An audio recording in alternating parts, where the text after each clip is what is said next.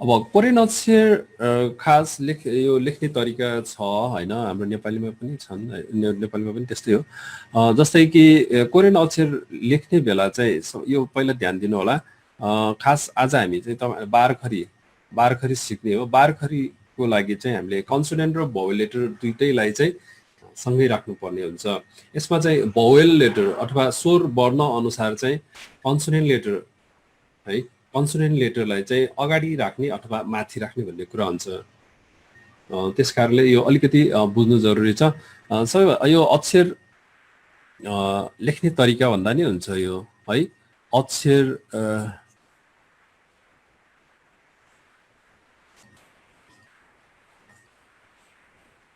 लेख्ने तरिका है। अक्षर लेख्ने तरिका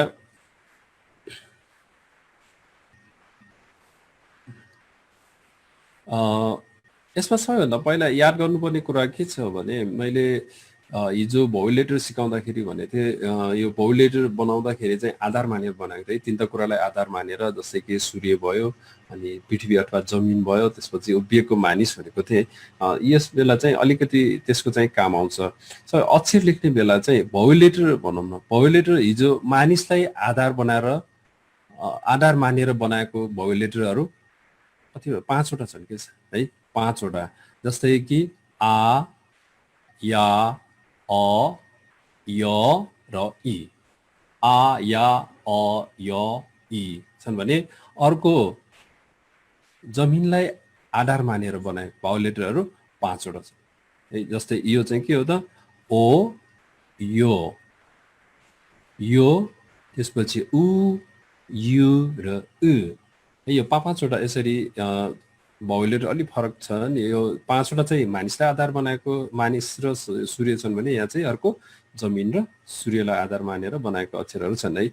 अब बारखरी लेख्दाखेरि हामीले ध्यान दिनुपर्ने चाहिँ खास कुरा के छ त भन्दाखेरि यो जुन यो मानिसलाई आधार मानेर बनाएको भावेल लेटरहरू छन् नि, यदि यो भावेल लेटरसँग चाहिँ अब कन्सोनेन्ट लेटर जोड्नु पर्यो भने चाहिँ कहाँ आउँछ त? यो अब अगाडि आउने भयो कि यहाँनिर सबैमा यहाँ अगाडि बस्न आउँछ। बुझ्नुभयो है? जस्तै कि तपाईँको एउटा ग लेखौँ। अब ग यसमा लेख्नु पर्यो भने चाहिँ तपाईँको ग चाहिँ अगाडि हुन्छ, पछाडि आ हुन्छ है। ग अगाडि हुन्छ, या हुन्छ, ग अगाडि हुन्छ, अ हुन्छ। अब ग, य, ग, इ यसरी यो सबै के हो त? कन्सोनेन्ट लेटर चाहिँ अगाडि भयो। ग मात्र होइन, सबै अक्षर है। कन्सोनेन्ट लेटर 19 वटा यो कन्सोनेन्ट लेटर चाहिँ यो भावेल लेटर, यी 5 वटा भावेल लेटरमा चाहिँ अगाडि आउँछ र अर्को 5 वटा भावेल लेटरमा चाहिँ कहाँ आउने भयो त? यसको चाहिँ माथि आउँछ। एकैछिन ल, यसमा चाहिँ यो छ नि, यो अक्षर लेख्ने तरिका, यसलाई चाहिँ हामीले यसरी लेख्न सकिन्छ है। कन्सोनेन्ट प्लस भावेल भनिन्छ है। कन्सोनेन्ट अगाडि, भावेल पछाडि। यसलाई छोटकरीमा चाहिँ सी प्लस पी पनि भनिन्छ है। अब तल जाउँ। तलकोमा चाहिँ यो जमिनलाई आधार मानेर बनाएको 5 वटा भावेल लेटरमा चाहिँ कन्सोनेन्ट लेटरलाई यहाँ माथि लेख्नुपर्ने हुन्छ। यो 5 वटामा चाहिँ कन्सोनेन्ट लेटर माथि लेख्ने हो। जस्तै एक्जाम्पल अब गकै दिन्छु म। ग जस्तै गमा यो भावेल लेटर आयो भने चाहिँ यसरी माथि लेख्नुपर्छ है। यो ओ लेख्ने बेला चाहिँ अलिकति फरक छ।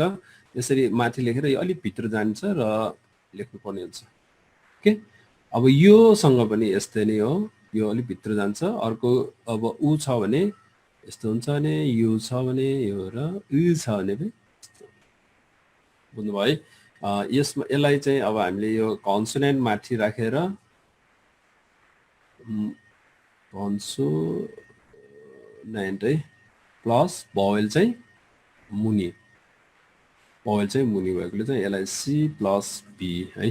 यसरी सी प्लस बी ल। यति कुरालाई अब अलिक ध्यान दिनु होला, नोट गर्नुभयो भने हुन्छ।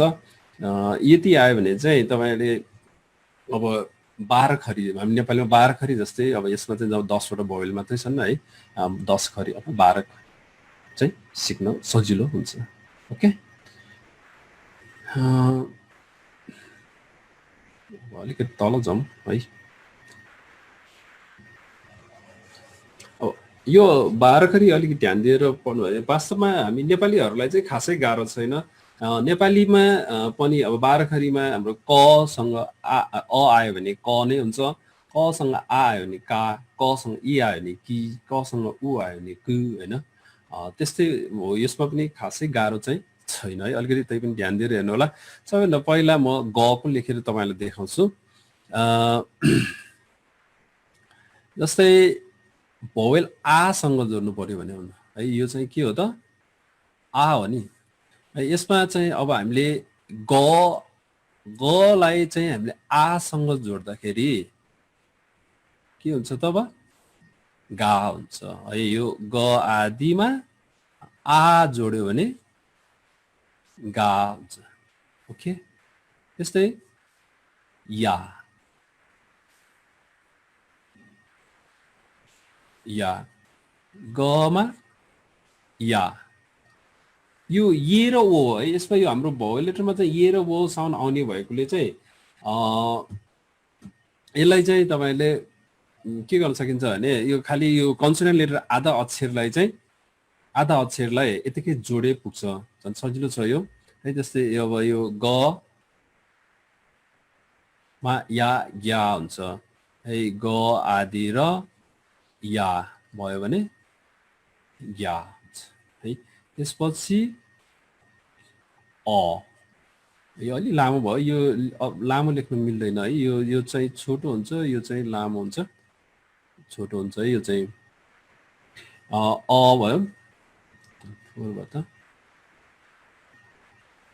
अब गलाई असँग लेख्दाखेरि ग प्लस अ, अब यो चाहिँ पुरा ग नै हुन्छ है। ग प्लस अ भएको चाहिँ यो चाहिँ ग।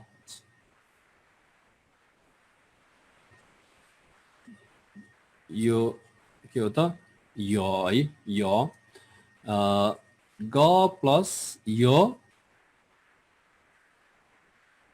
कोरियनमा त सँगै यतिकै जोड्ने हो भने नेपालीमा पनि लगभग त्यतिकै जोडिदिने हो है। यो थोप्लो अरू सरहरूले यो थोप्लो चाहिँ लेख्ने गरेको छैन है। तपाईँहरूले चाहिँ बुझ्नु होला। यो चाहिँ थोप्लो नलेखिकन यो ये गर्न पाउँदैन। ये गर्यो भने चाहिँ के हुन्छ त? गे हुन्छ। तर यो गे चाहिँ होइन। यसलाई खास उच्चारण गर्दाखेरि हामीले ग्य उच्चारण गर्नुपर्छ के है। ग्य। के ल, त्यसपछि अर्को ओ ओ ओ। अब यसमा चाहिँ अब यो ओ आयो भने चाहिँ अब अगाडि लेख्ने कि पछाडि लेख्ने? मतलब माथि लेख्ने? कन्सोनेन्ट लेटरलाई अगाडि राख्ने कि माथि लेख्ने त? है, अरू सबै यहाँ हेर्नुहोस् है। यो आ या अ यमा चाहिँ यो मानिसलाई आधार यो मानिस भनौँ, यो ठाडो धर्का भएको कारणले चाहिँ, धर्सा भएको कारणले चाहिँ तपाईँले यो गलाई अगाडि राख्यो भने, तर ओ चाहिँ के हो त? यो जमिन भएको कारणले जमिन भएको कारणले चाहिँ गलाई चाहिँ हामीले माथि अथवा कन्सोनेन्ट लेटरलाई चाहिँ माथि लेख्नु पर्छ। चाहिँ अब ग प्लस ओ, यो लेख्ने बेला चाहिँ ग पहिला माथि लेख्ने है। यो ग लेख्ने, त्यसमा अलिकति भित्र गएर यो तान्ने गरिन्छ। यसरी गो लेख्नुपर्छ। अरू अक्षरभन्दा अलिक फरक छ गमा चाहिँ है। अब ग आदि र ओ, ओ भनेको ओकार हो। ग आदिमा ओकार राख्यो भने के हुन्छ त? गो हुन्छ। त्यस्तै यो है, यो पनि अब यस्तै नै त्यही तरिकाले नै लेख्ने हो। ग्यो, यो पनि अब जमिनलाई आधार, यो जमिन भएको कारणले चाहिँ कन्सोनेन्ट लेटरलाई हामीले माथि लेख्नु पर्यो अनि यो भोवेललाई मुनि लेख्ने। यसरी ग्यो हुन्छ।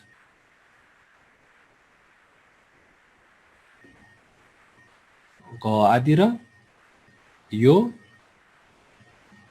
है, ग्यो। यति बुझ्नुभएको छ है। त्यसपछि अलिकति तल जाउँ हामी।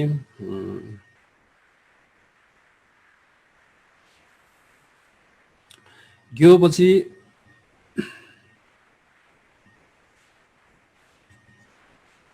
ऊ होइन।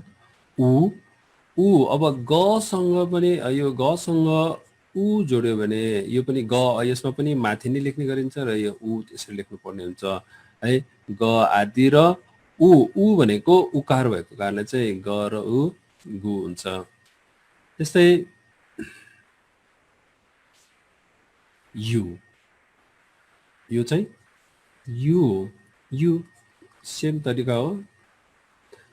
यसमा ग माथि हुन्छ, यु तल हुन्छ। ग आदि र यु गर्दाखेरि चाहिँ घ्यु हुन्छ। सजिलो छ। त्यसपछि आयो उ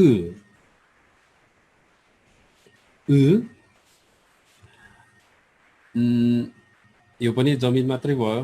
यो कारणले गर्दाखेरि चाहिँ ग र उ है, यस के हुन्छ त, ग माथि नै हुन्छ, उ चाहिँ तल हुन्छ। ग आदि र उ जोड्दा यो अन्डरलाइन चाहिँ लेख्नुपर्छ है। यो उ अन्डरलाइन लेखेन भने उ हुन्छ, नर्मल उ है। यो ओठ गोलो हुन्छ, त्यो बेला चाहिँ नर्मल उ हुन्छ। तर अन्डरलाइन राख्यो भने चाहिँ हामीले के बुझ्नुपर्छ त, उ। यो दाँत बन्द गरेर उ गर्दाखेरि यहाँनिर हाम्रो ठोकिन्छ, आवाज चाहिँ यहाँ ठोकेर आउने गर्छ है। ओके, यसलाई चाहिँ अब के हुन्छ त, यो गु गर्नुपर्छ। गु राखेर फेरि अन्डरलाइन लेखिदिनुपर्छ। ओके, अन्तिममा यो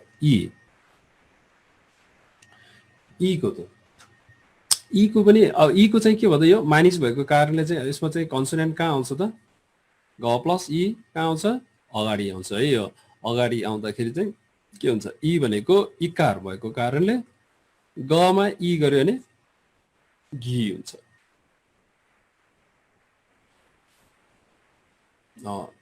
कतिको बुझ्नुभयो? अब यसो कमेन्टमा लेखेर पठाइदिनु भयो हुन्छ है, अथवा मेसेजमा लेखेर पठाउनुहोस्। एकचोटि सर हेरौँ ल। ग र आ गा हुन्छ। ग र आ गा। एकछिन कलर चेन्ज गर्छु।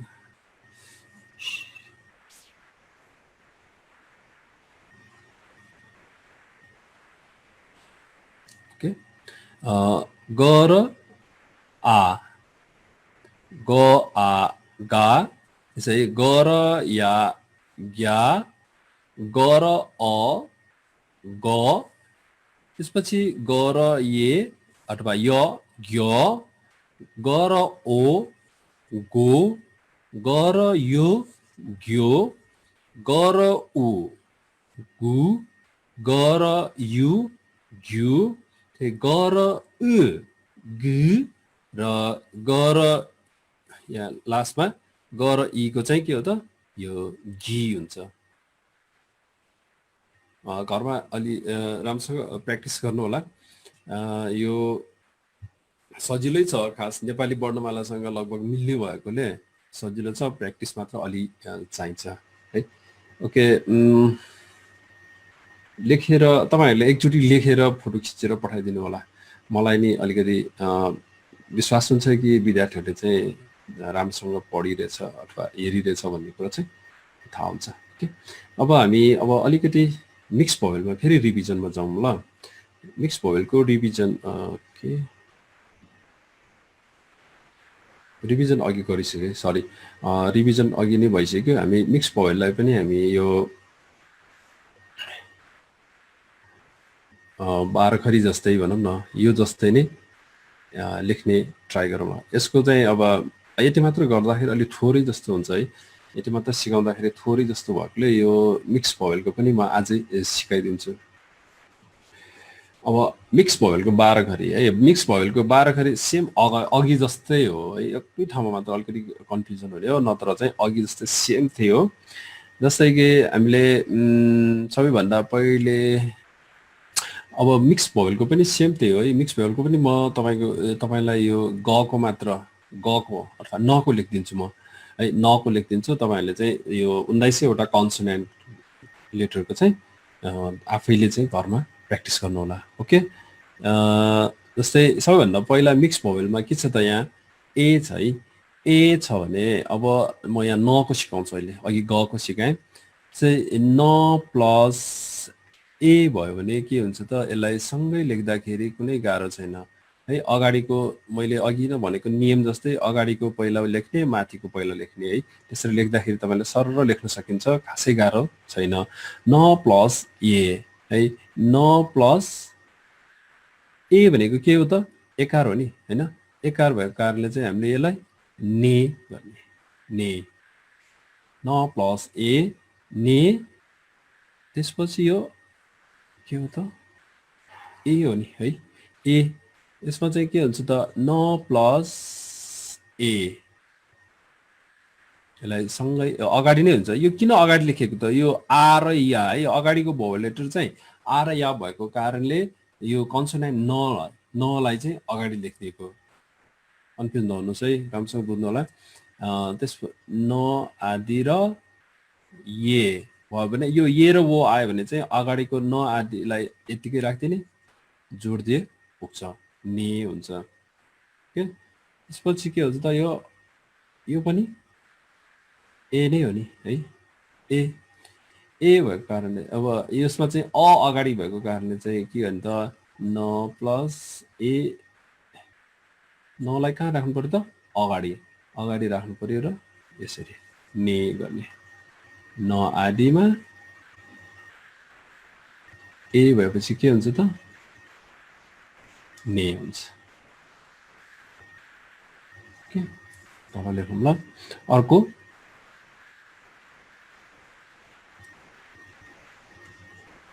ये है, यो चाहिँ ये यसरी लेख्ने गरिन्छ है। यो नेपालीमा किन यसरी लेखेको ठ्याक्क मैले, किन नेपालीमा यो लेख्ने चलन त छैन, यो ये माथि एकार चाहिँ कहिले नै आउँदैन।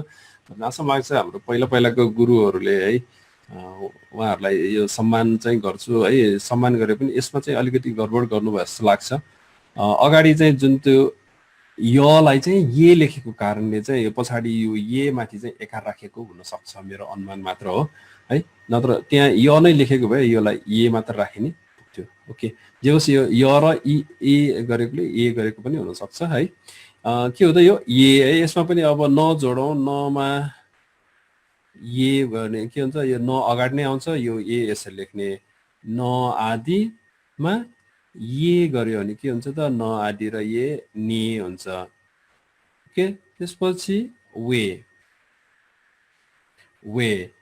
नमा वे आयो। अब यसमा चाहिँ के छ त, एउटा ओ छ भने अर्को चाहिँ ई छ है।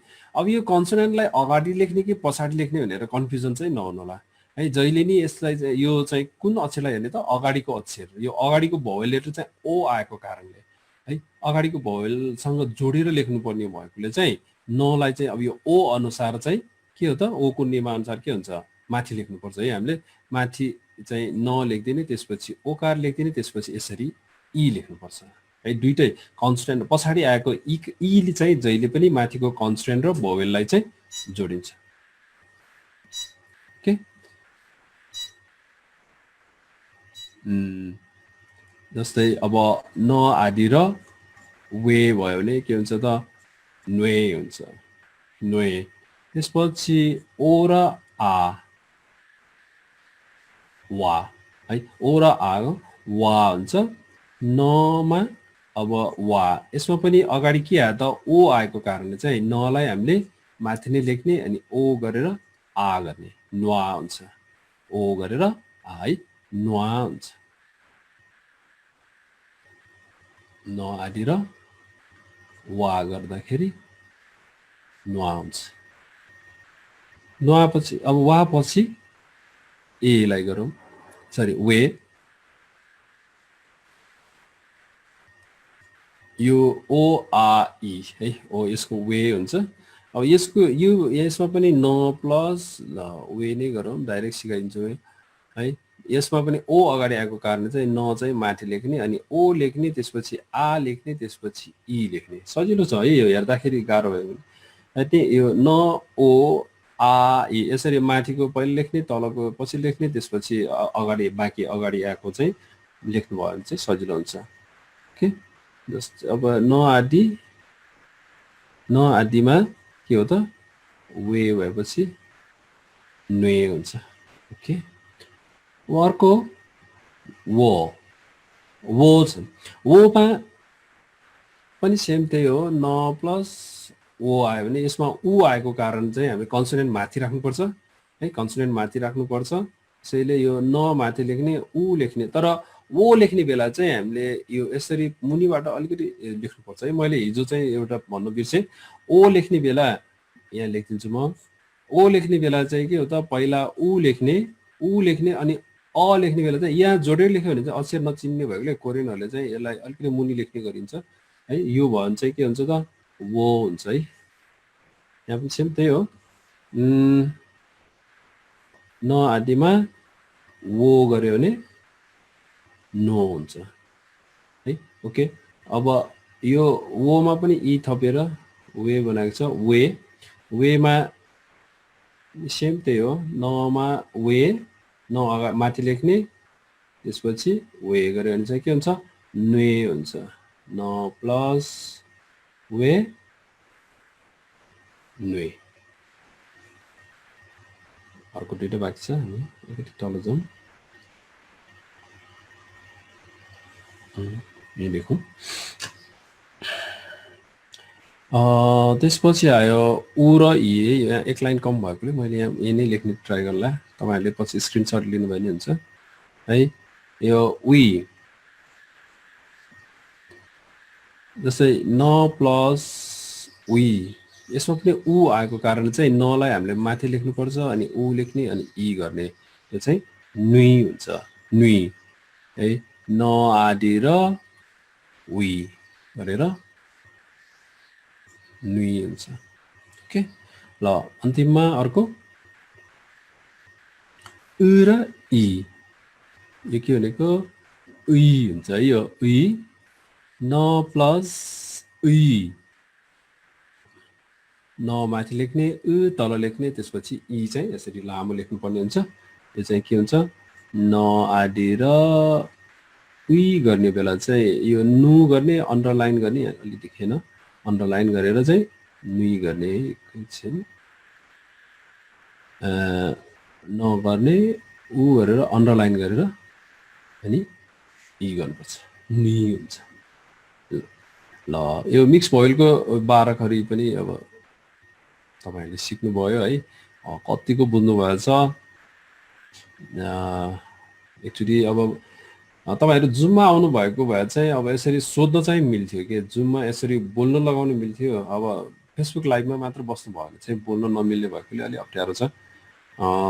जो जुम एप इन्स्टल, जसले जुम एप इन्स्टल गर्नुभएको छ नि, तपाईँहरू चाहिँ जुममा आउनुभयो भने हुन्छ। जुममा अहिले हामी धेरै छैन, धेरैले सजिलो नै यो लाइभमै जानुभयो जस्तो लाग्यो। थोरै भएकोले चाहिँ तपाईँलाई कन्फ्युज भएको कुराहरू चाहिँ जुममा चाहिँ तपाईँहरूले सोध्नु पाउनुहुन्छ। ओके, ल एकचोटि म फेरि एकचोटि यो उच्चारण रिभिजन गरिदिन्छु।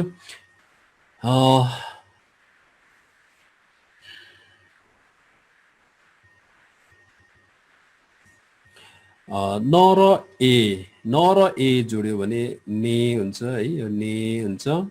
त्यसपछि न र, यहाँ मिस्टेक भएको रहेछ, यहाँ चाहिँ यो ए है, यो दुईटा लाइन हुनुपर्छ। न र ए तपाईँहरूले सच्याउनुहोस् है, न र ए भयो भने चाहिँ के हुन्छ त, ने हुन्छ। न र ए, फेरि न र ए आयो, न र ए ने है, न र ए ने। त्यसपछि न र ए ने, न र ए ने, न र वे, न र वे जोड्यो चाहिँ नुए, यो नुए। न र वा नुवा, न र वा नुवा। अलिकति तल जाउँ, त्यसपछि न र वे है, यो पनि वे छ, न र वे नुए। त्यसपछि न र वो नो, न र वे नुए, न र वी नुई, र अर्को न र उइ नुई। यसलाई राम्रोसँग उच्चारण प्र्याक्टिस गर्नुहोस् है, घरमा एकचोटि लेखेर, सकेसम्म लेखेर पठाइदिनु भयो भने चाहिँ राम्रो हुन्छ। यो आउँछ भने ठिकै छ, जसलाई जो नयाँ हुनुहुन्छ है, जो नयाँ हुनुहुन्छ उहाँले चाहिँ लेखेर पठाइदिनु भयो भने राम्रो हुन्छ।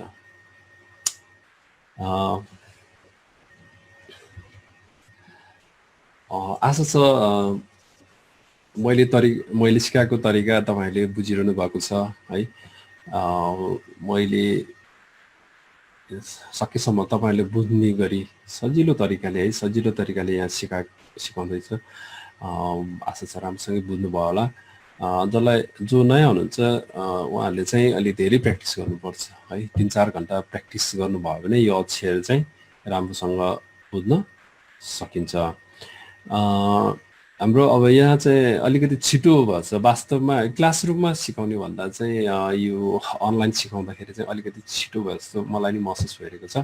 क्लासरुममा चाहिँ हामी बोर्डमा लेखेर सिकाएर फेरि कपीमा लेखाएर होइन ठिक छ छैन कन्ठ भयो कि भएन सबै हेरेर बल्ल अगाडि यसै अगाडि चाहिँ बढ्ने गर्छौँ भने यहाँ चाहिँ अब त्यस्तो भेरिफाई गर्ने कुनै पनि कुरा नभएको कारणले चाहिँ अलि अगाडि चाहिँ बढेको छ भन्नु पऱ्यो है, बढाइदिएको छु।